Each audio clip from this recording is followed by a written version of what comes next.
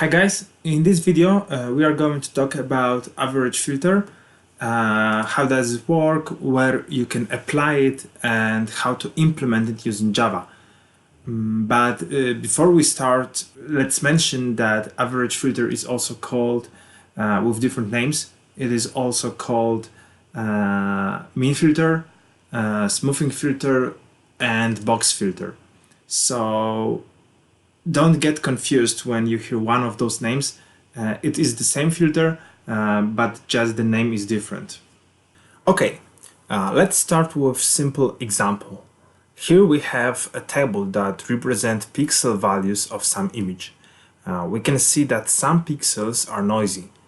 That means they are much different than their neighbors. For example, B3 with value equal to 90, where their neighbors are 20, 40, 60 or 0. Okay, 60 is very similar, but still there is some difference. Anyway, the idea of average filter is to smooth it. So after applying average filter on the image, in our example on the table, the value of B3 will be similar to its neighbors. So how our new table should look like? Well, let's first consider the edges. Here we have two choices. We can ignore the edges. That means we will copy edge values, or we can extend current table so edges will be also included in smoothing process. Well, in our example, we keep simple. So we will just rewrite edges, but in the description, I will link useful resources how to include edge values to your image processing. Okay, what next? Now we want to calculate the new value for B2. How to do it? It's easy.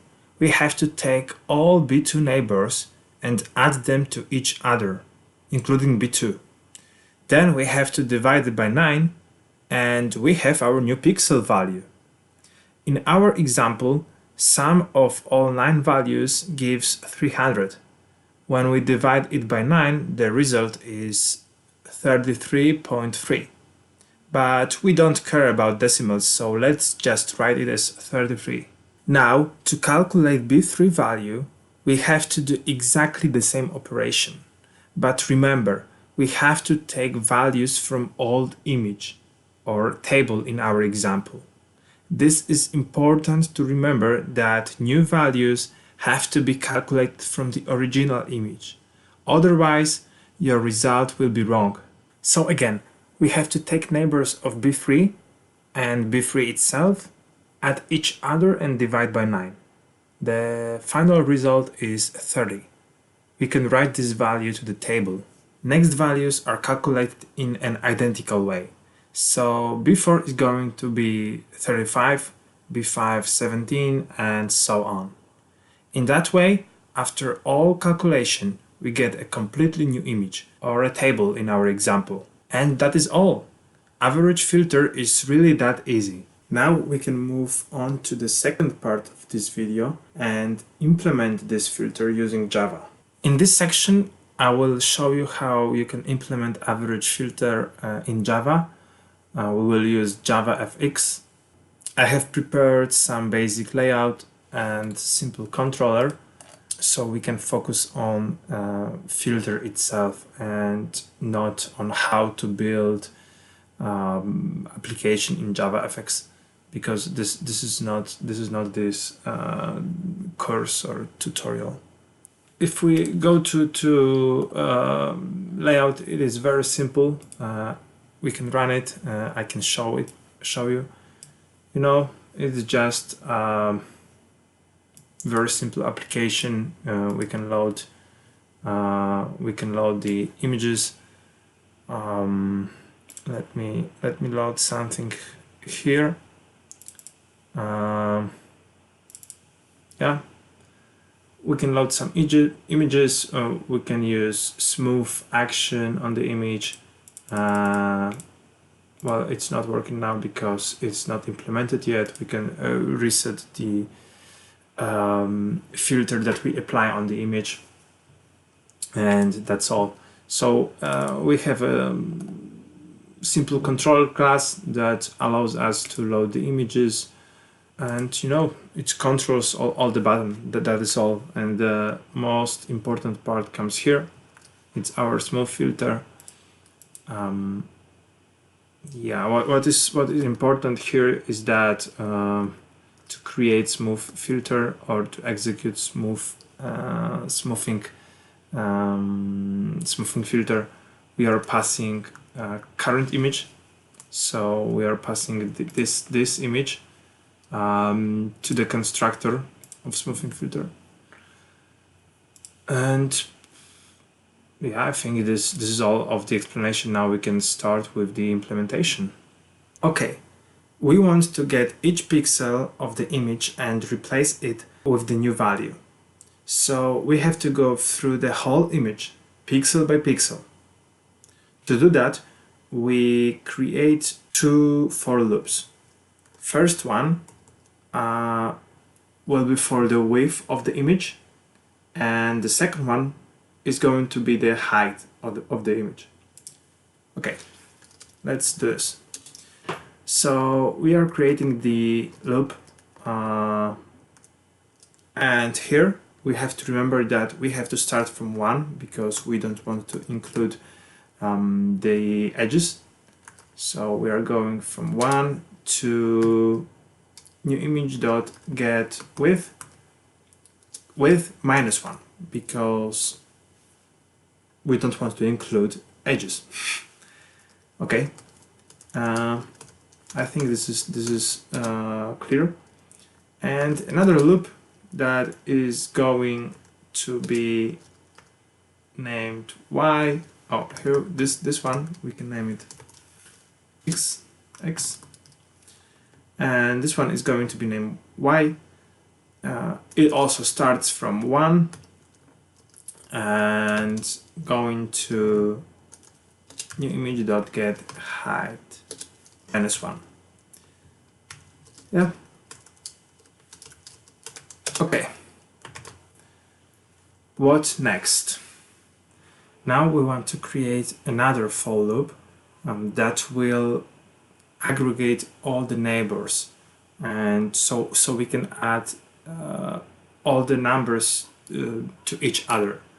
I have prepared this table to remind you what we want. We are right now starting at position 1, so this is this here, P2.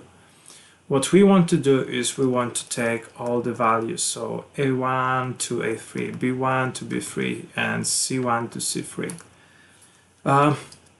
This is very easy, as we started from position 1 here. We can now do another for loop that will start at position x -1 and will be until I is less or equal to x plus 1, because here this is our x b2, and what we want to do is we want to take -1 value, this value itself, and value +1, right? And the same going for height. So this is like -1, it's 0, and this is +1. Yeah, so let's just create that. -1, y is less or equal to, sorry, it's j less or equal y +1, and it's j ++. I will reformat. Okay.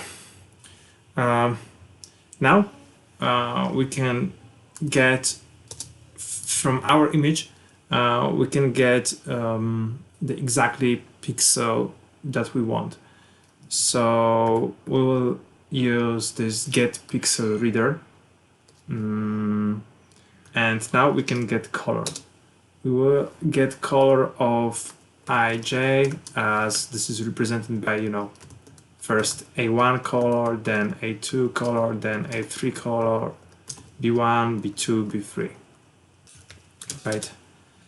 Next, because our each pixel on our image is represented by RGB values. So it's red, green, blue. We already have this color. Now we can get each of RGB values. So we can get red, color dot get green, and color dot get blue. Yeah. Because we want to sum these values, we should initialize those before our for loop, second for loop. So it should be like this, and now we want to aggregate those values. I mean, add them add them to each other. Yeah, so far so good. After we leave that for loop, we can actually apply those values to our new image. So we can right now use get pixel writer, and we can set color on pixel XY, and with color values that we already calculated. So this is red, green, and blue. Of course, divided by 9, because we want this average value. Fine, let's see how it works.